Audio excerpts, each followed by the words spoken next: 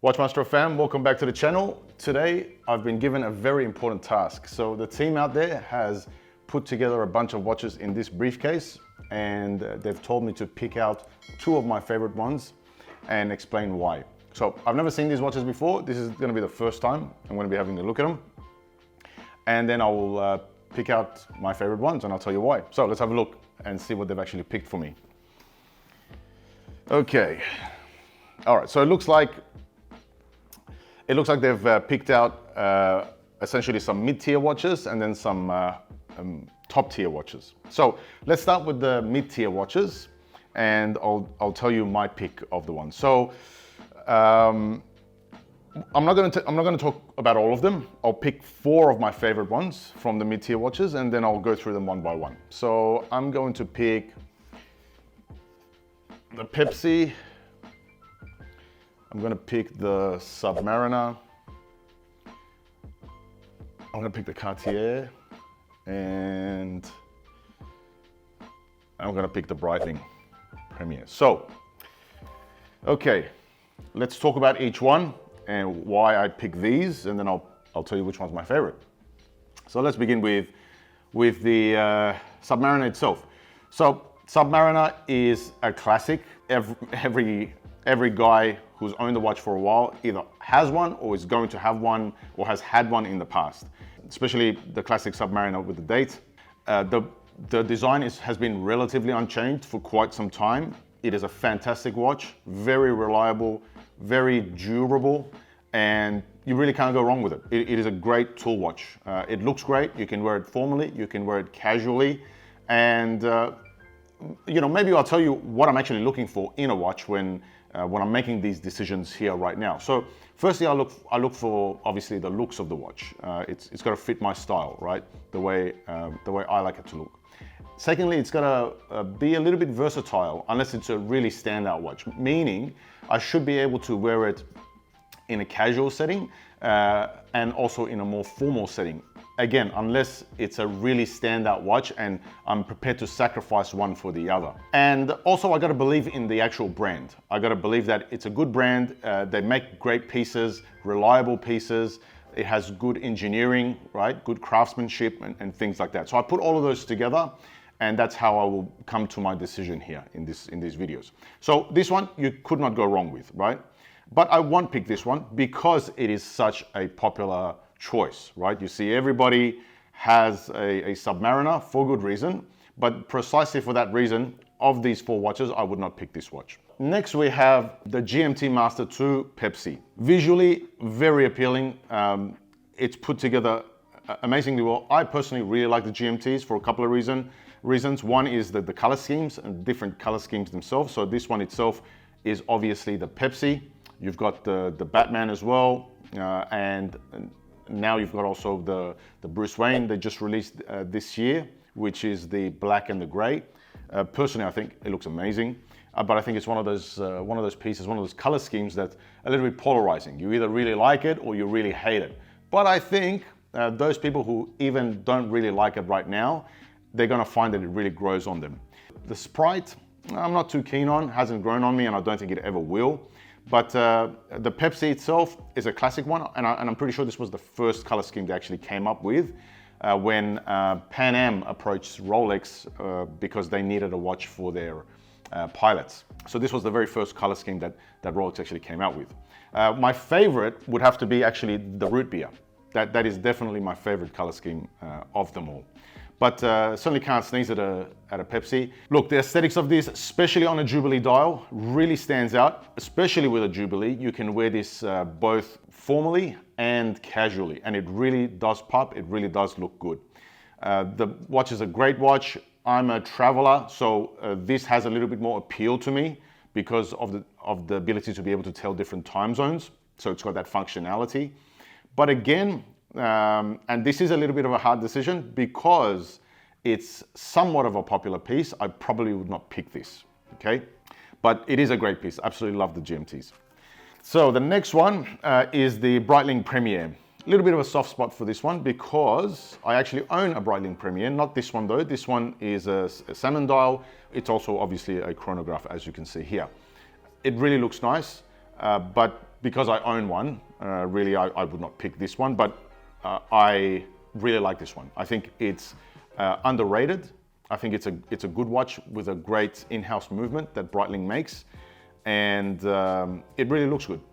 This one in particular really looks good with the salmon dial, but I would not pick this. The one I would pick out of all these would be the Cartier, for some very simple reasons. I think the design of Cartier watches is really nice. It's simple, it's clean, it's not overdone, it's really beautiful to look at. Everything together, like the square face with the Roman numerals, that put together with the bracelet, and how everything really just comes together on a Cartier watch is really amazing. And this one in particular is the blue dial, but I've seen completely like black ones, black case, black dial with the white Roman numerals. There's also obviously the classic white dial. Really, you can't go wrong with any of them. It fits well, especially on my wrist, and it looks great again, both in a formal situation as well as a more casual just outing. I think the craftsmanship is great. It's got a great history and a great story as far as the model itself, and you really can't get much more bang for your buck than the Cartier.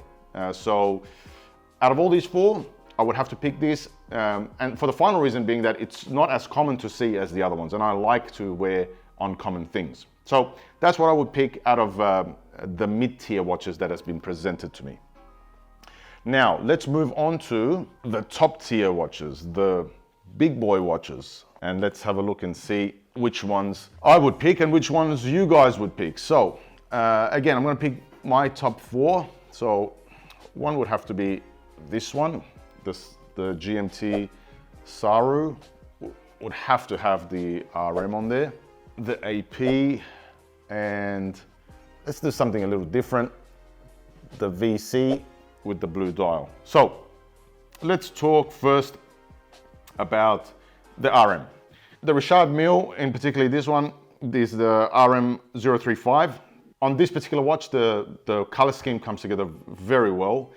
I personally wouldn't pick this watch, even though I think RM watches are very respectable watches in terms of their movement, in terms of their quality. They're essentially AP movements, right? Because they outsource their parts to AP or a company that AP has a majority holding in. So in terms of movement quality and the quality of the watch itself, the build, the design, and what you're getting, it's nothing to sneeze at. They're good watches, but they're too much of a sport luxury watch. And I don't like to wear something that's so niche into that side of things, right? As I was saying before, I like to have something that has a little bit more versatility. I would buy something like this if, you know, I have all the other pieces that I need and I'm specifically looking for a sport luxury watch. Then you probably would not look at anything else other than this, maybe, right?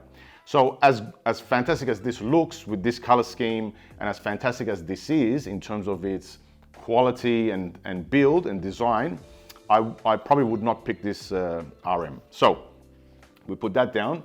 Next one we should probably talk about is the VC, the Vacheron Constantin. This one in particular looks beautiful with the blue dial. It's a really deep dark blue. I don't know if the camera does it any justice, but it looks amazing when seen face to face, like I'm looking at it right now.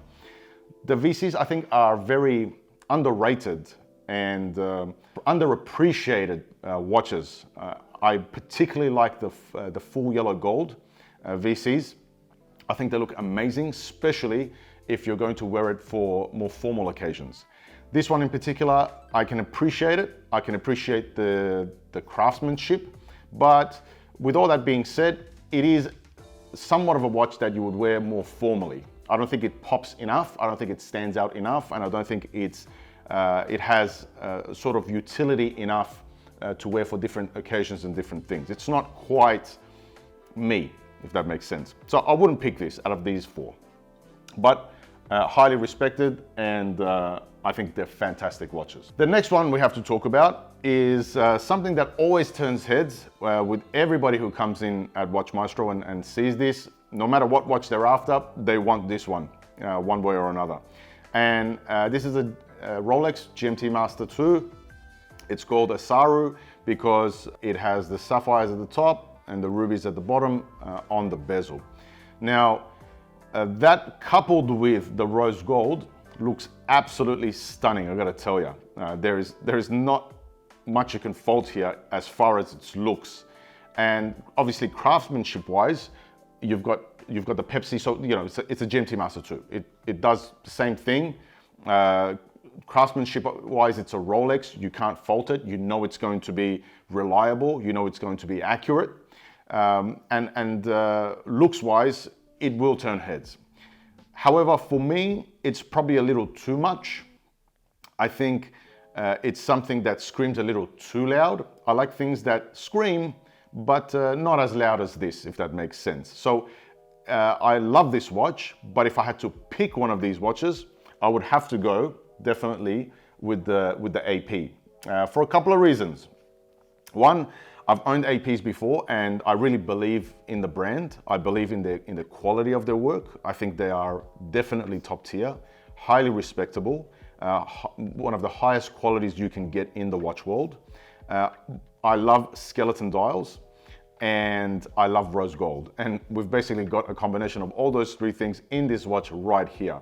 I mean, when it comes to AP, what can you say? There's not much you can fault here. Movement-wise, craftsmanship-wise, they are one of the best in the world at what they do.